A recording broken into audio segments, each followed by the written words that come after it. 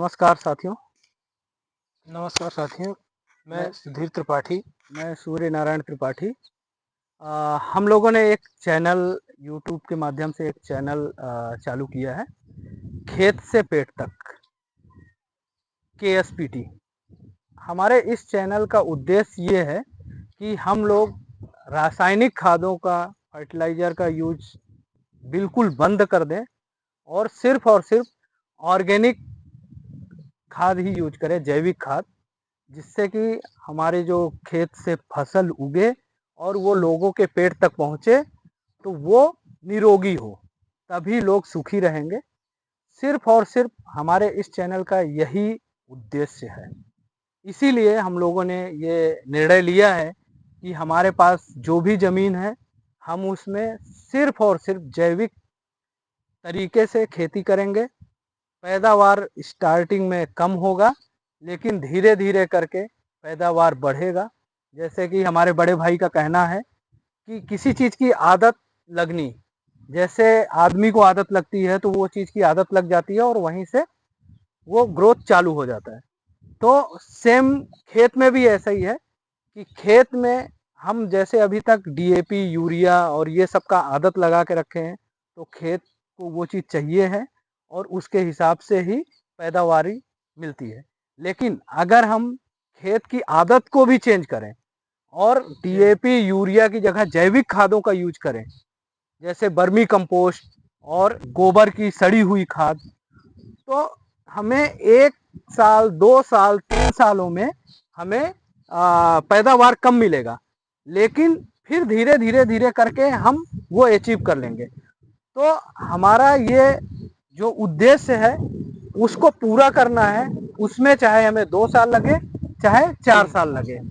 इसमें क्या है कि जैविक और वर्मी कंपोस्ट से शुद्ध और सही फसल मिलेगी, हमारी निरोगी फसल मिलेगी। मेन वर्मी कंपोस्ट और जैविक खाद केवल केवल अपने वो से गोबर वगैरह से और सड़ी हुई नीम की पत्ती वगैरह ये सब चीज मिला करके बनाया जाए। कोई इसमें जैविक मतलब फर्टिलाइजर नहीं है, कोई रासायनिक वो नहीं है। इससे जो भी अनाज पैदा होगा वो शुद्ध रहेगा, साफ रहेगा, एकदम वो रहेगा, निरोगी रहेगा। यही हमारा उद्देश्य है कि जो भी अनाज पैदा हो वो शुद्ध रहे और निरोगी रहे।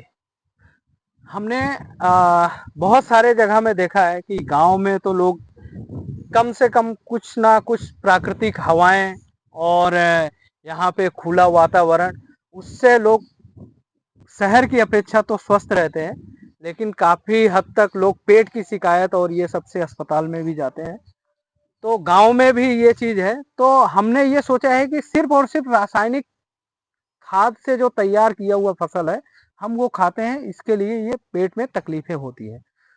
तो हमने बहुत जगह में देखा है, शहर में भी लोग अभी खाना खाना एकदम से कम कर दिए हैं।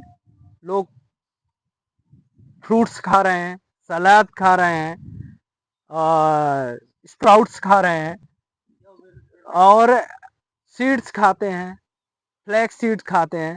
तो खाना कम खा रहे हैं, रोटी कम खा रहे हैं, चावल कम खा रहे हैं, दाल कम खा रहे हैं। उसका रीजन यही है क्योंकि उसमें मिलावट, मिलावट का मतलब है कि रासायनिक खाद यूज कर रहे हैं। उसका प्रोडक्शन तो बढ़ रहा है, लेकिन उसके जो क्वालिटी है, जो न्यूट्रिशंस है, वो हमें मिल नहीं रहे हैं। साइंस का स्टूडेंट होने के साथ मैं एक चीज ऑब्जर्व किया हूँ, इसको मैं फैक्ट नहीं बोल सकता हूँ, लेकिन ये ऑब्जर्वेशन है मेरा कि कोई भी केमिकल रिएक्शंस होते हैं तो उसमें गैस होती है, गैस का एक्सट्रैक्शन होता है।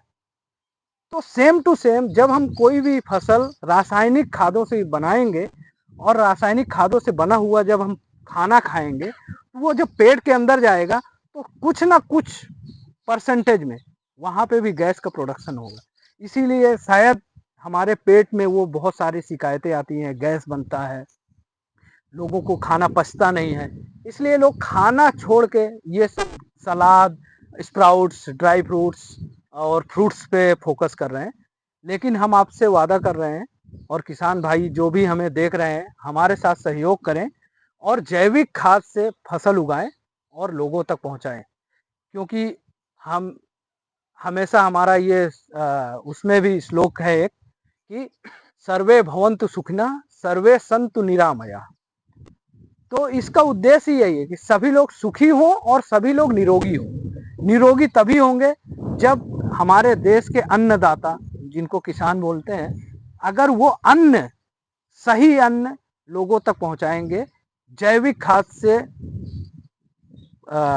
पकाया गया अपना फसल लोगों तक पहुंचेगा, तो निश्चय ही लोग निरोगी और सुखी होंगे। नमस्कार।